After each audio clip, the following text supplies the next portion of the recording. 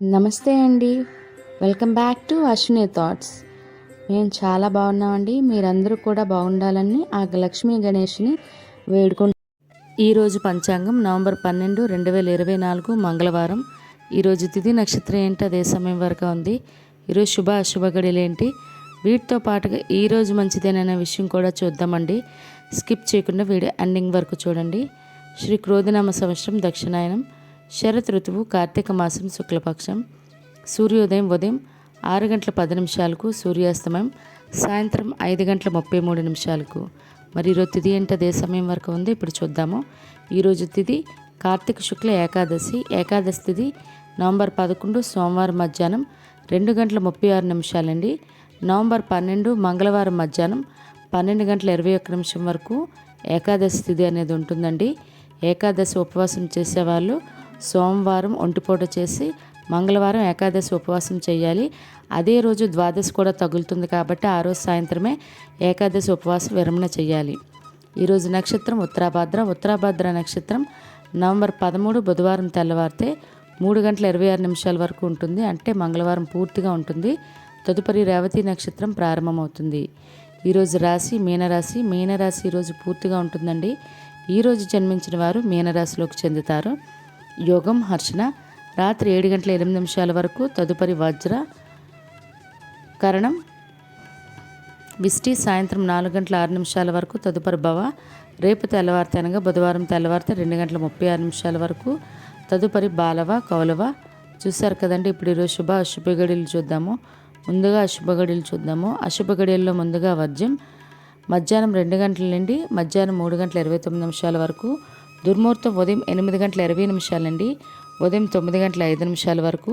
తిరిగి దుర్ముహూర్తం రాత్రి 10 గంటల 28 నిమిషాలండి. రాత్రి 11 గంటల 19 నిమిషాల వరకు. రాహుకాలం మధ్యాహ్నం 3 గంటలండి సాయంత్రం 4 గంటల 30 నిమిషాల వరకు. యమగండం ఉదయం 9 గంటలండి ఉదయం 10 గంటల 30 నిమిషాల వరకు యమగండం అనేది ఉంటుంది. గుళిక కాలం మధ్యాహ్నం 12 గంటల 5 నిమిషాలండి మధ్యాహ్నం 1 గంట 26 నిమిషాల వరకు. ఇవన్నీ ఈరోజు అశుభ సమయాలండి. మరి ఇప్పుడు ఈరోజు శుభ సమయాలు అనేవి చూద్దాము. శుభ సమయాల్లో ముందుగా బ్రహ్మ ముహూర్తం తెల్లవారితే 4 గంటల 47 నిమిషాలండి తెల్లవారితే 5 గంటల 35 నిమిషాల వరకు. అమృత గడిలో రాత్రి 11 గంటల 34 నిమిషాలండి రాత్రి 1 గంట 3 నిమిషాల వరకు. అభిజిత్ ముహూర్తం ఉదయం 11 గంటల 37 నిమిషాలండి మధ్యాహ్నం 12 గంటల 22 నిమిషాల వరకు. ఇవన్నీ ఈరోజు శుభ సమయాలండి. మరి ఇప్పుడు ఈరోజు ప్రశ్న అనేది ఇప్పుడు చూద్దాము.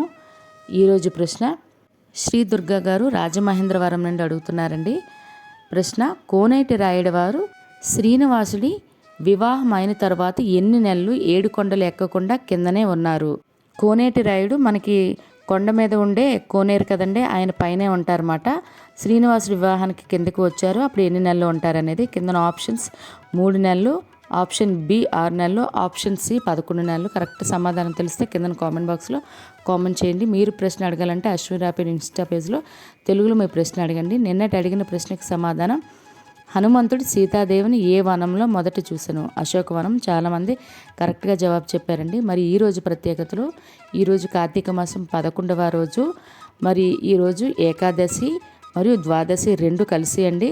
ఏకాదశి ఉపవాసం చేసేవాళ్ళు ఈ ఏకాదశి రోజే ద్వాదశి ఉపవాస విరమణ కూడా చేయాలండి. ఎందుకంటే రేపు మనకి బుధవారం సాయంత్రం వరకు ద్వాదశి లేదు కాబట్టి చుక్కను చూసి మనం ఏకాదశి ఉపవాసాన్ని విరమిస్తాం. కాబట్టి మనకు బుధవారం లేదు కాబట్టి మంగళవారమే ఏకాదశి విరమణ అనేది ఉపవాస విరమణ అనేది చేయాలి. కాబట్టి స్వయం పాకము ఏ దానాలైనా మనకి మంగళవారం ఉదయం సాయంత్రం చేసుకొని ఆ రోజు సాయంత్రం చుక్కను చూసి భోజనం చేసి ఏకాదశి ఉపవాస విరమణ చేయవలసి ఉంటుంది. దీని గురించి పూర్తి వివరాలు వీడియోని ఈరోజు చేయవలసిన దానాలు అన్నీ కలిపి వీడియో చేశాను. ఈ వీడియో చివరి ఎండ్ కార్డ్స్లో కనిపిస్తుంది. ఎవరికైనా అవసరం అనుకుంటే తప్పకుండా చూడండి. అదేవిధంగా ఈరోజే క్షీరాబ్ద ద్వాదశి పూజ సాయంత్రం చేసే పూజ అవనియండి. మనం తులసి మొక్కకి అంటే వివాహం చేస్తాం కదండి, అదే అవనియండి. అన్నీ ఈరోజు సాయంత్రమే చేయవలసి ఉంటుంది.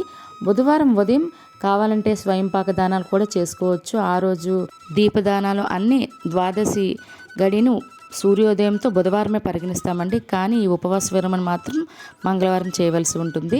మీకు ఎటువంటి డౌట్స్ ఉన్నా కింద కామెంట్ బాక్స్లో కామెంట్ చేయండి. అదేవిధంగా ఈరోజు ప్రపంచ న్యూమోనియా అవగాహన దినోత్సవం అండి.